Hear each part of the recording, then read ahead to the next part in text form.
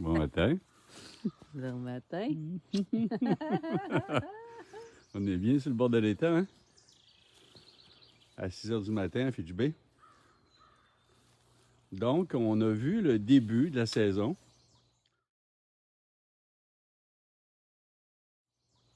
Là, je vous montre où est-ce qu'on est rendu. Avec ici les mériques baumiers, les arbustes. Le retour d'eau ici, de la pompe, une partie qui est distribuée à la roche qui est percée et taillée. Ici, on a le petit compresseur, vous l'entendez, qui envoie le petit peu d'oxygène qui est là. C'est suffisant. Ensuite, les pierres qui sont en bordure, c'est les pierres que j'ai trouvées quand j'ai creusé il y a 15 ans. Donc, il y en a une ici qui a des traces.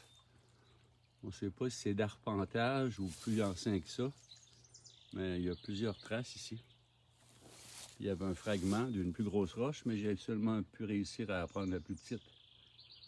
Donc, il devait y avoir quelque chose ici, dans l'ancien temps. Ça a été fondé en 1792. La maison a date d'à peu près 1799, le carré de maison. On voit ici les marais filtrants. On voyait leur forme comme faux dans le film précédent.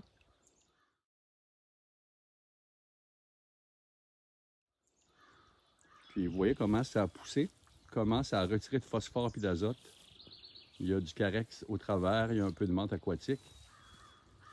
Ici, on a les sagittaires. Ouais, il y en a plusieurs qui sont émergents, on dirait des éoliennes. Puis à l'autre bout, là-bas aussi, il y en a au travers des iris. Ça pousse, ça prend à peu près 1,5 pied de profond pour être capable de passer l'hiver, faire les bulbilles. Les sagittaires, les Pontederia cordata, ça demande cette profondeur-là. Puis, étrangement, juste en arrière, dans à peu près 1 pied d'eau, il y a de l'Acorus calamus, qui normalement va pousser plus en zone riveraine, mais qui finit par s'adapter.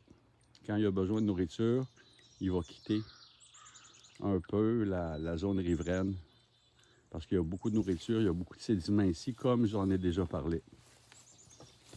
On veut garder nos sédiments. Cette année, on a mis des bactéries en début de saison, mais puisqu'on a une bonne filtration ici, le travail de biofiltration, bio-phytofiltration se fait très bien. Puis, on n'est pas très profond, comme j'en ai parlé ici, à peu près 1,5 pied, 2 pieds maximum, où la pompe, la majorité est en bas de 1 pied. C'est l'espace filtrant à l'autre bout, d'à peu près 6 pouces. Il y a des personnes qui vont dire, oui, on va passer l'eau. Il y a tout le temps la possibilité de faire une taille bikini si ça vous tente. Mais nous, on aime beaucoup ça, l'intimité, malgré qu'on est sur le bord de la route. Les gens arrêtent en vélo, arrêtent en voiture pour regarder des sculptures. Puis ils découvrent à travers ça un petit coin de rêve.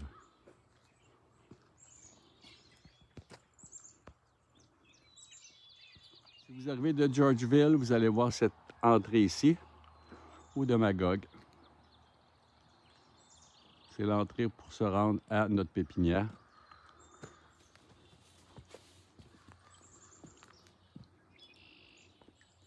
Les lilas qui coupent. Puis quand on est le matin de bonne heure ici, qui fait soleil, dans pas très longtemps, c'est l'endroit idéal pour prendre le café. Faire le qigong, faire les 8 soies du gong fu ou les 8 pièces de brocart. Puis le tai chi. La pépinière aquatique de Fidjibé, bien plus que du jardinage aquatique, mais bien de l'aménagement aquatique d'expérience et de qualité.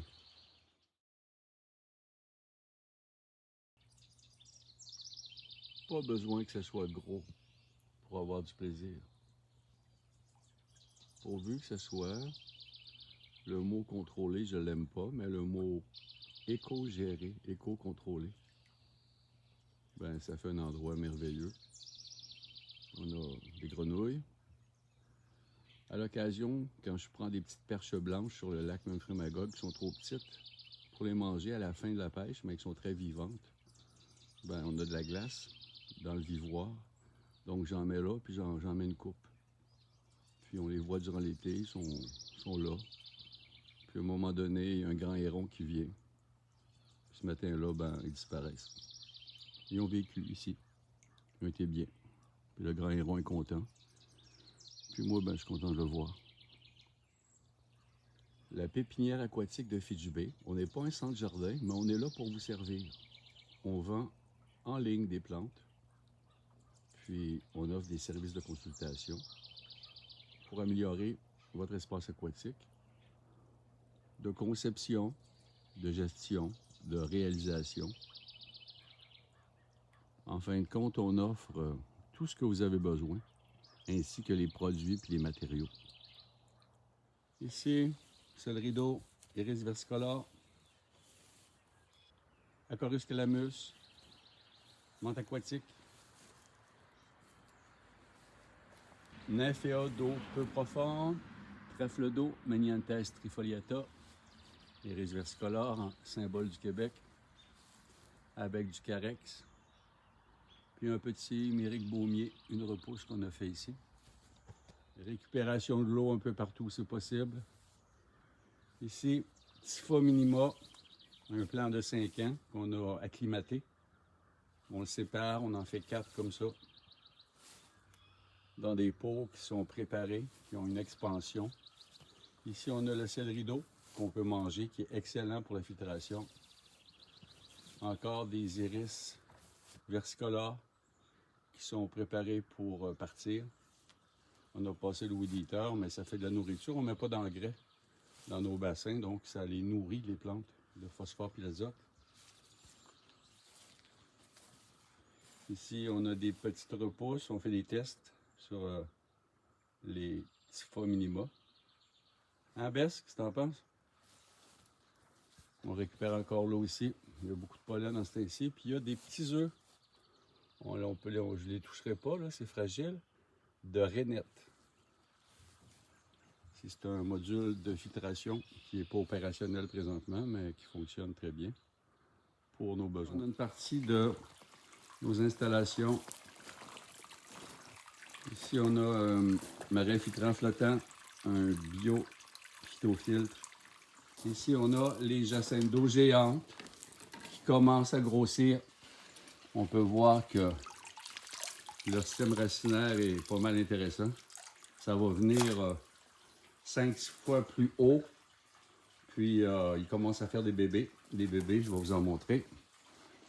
Des bébés.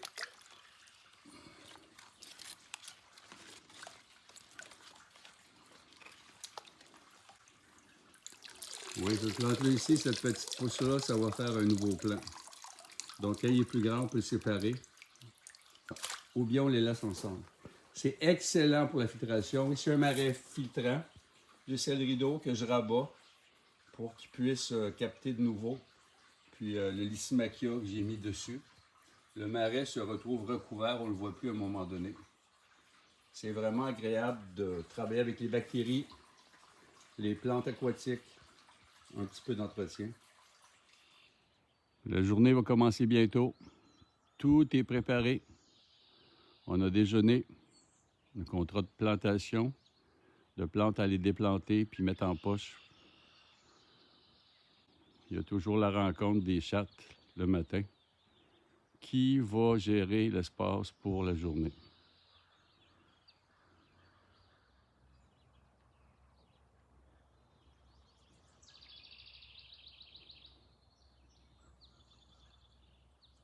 Le soleil se lève dans la baie de Fidji Bay.